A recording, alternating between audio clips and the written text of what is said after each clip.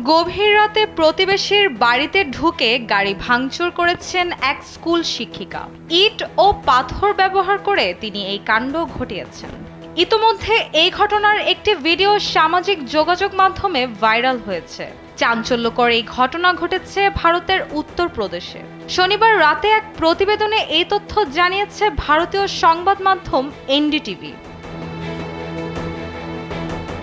প্রতিবেদনে বলা হয়েছে, উত্তরপ্রদেশের বুলন্দ শহরের প্রাথমিক বিদ্যালয়ের একজন শিক্ষিকা শনিবার তার প্রতিবেশীর বাড়িতে ঢুকে তাদের গাড়ির জানালা ভাঙচুর করেছেন। সিসিটিভি ফুটেজে তার এমন কাণ্ড ধরা পড়ে। অভিযুক্ত ওই শিক্ষিকার নাম পারুল শর্মা। 1 মিনিটে নগদ ইসলামিক অ্যাকাউন্ট খুলতে ডায়াল করুন *167#। সামাজিক যোগাযোগ মাধ্যমে ভাইরাল হওয়া ভিডিওতে স্কুল শিক্ষিকা পারুলকে তার প্রতিবেশী প্রিয়া গোয়ালের বাড়ির বাইরে পার্কিং এলাকায় রাত ৩টায় ইট হাতে ঢুকতে দেখা যায়। এক পর্যায়ে তিনি গাড়ির উইন্ডস্ক্রিনে ইট ছুঁড়ে মারেন এবং ব্যাগ থেকে পাথর বের করে গাড়ির দিকে নিক্ষেপ করেন। এরপর পার্ক করা ওই গাড়ির সমস্ত জানালায় পাথরটি দিয়ে ভাঙচুর চালান তিনি।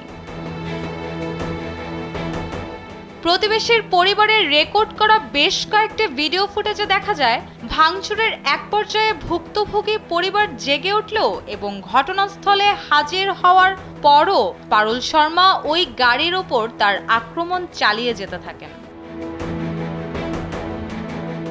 পুলিশের কাছে দায়ের করা অভিযোগে প্রতিবেশী ওই পরিবার অভিযোগ করেছে, গাড়ির সমস্ত জানালা ভেঙে ফেলার পর পারুল শর্মা বাড়ির গেটের একটি তালা ভেঙে ফেলেন এবং তার 3 বছরের ছেলে সহ পরিবারকে আক্রমণ করেন। এতে তারা সামান্য আহত হন। কী কারণে হামলা হয়েছে তা জানা না গেলেও পুলিশ জানিয়েছে দুই পরিবারের মধ্যে বিরোধ চলছে। রুশা সুর, কালবেলা।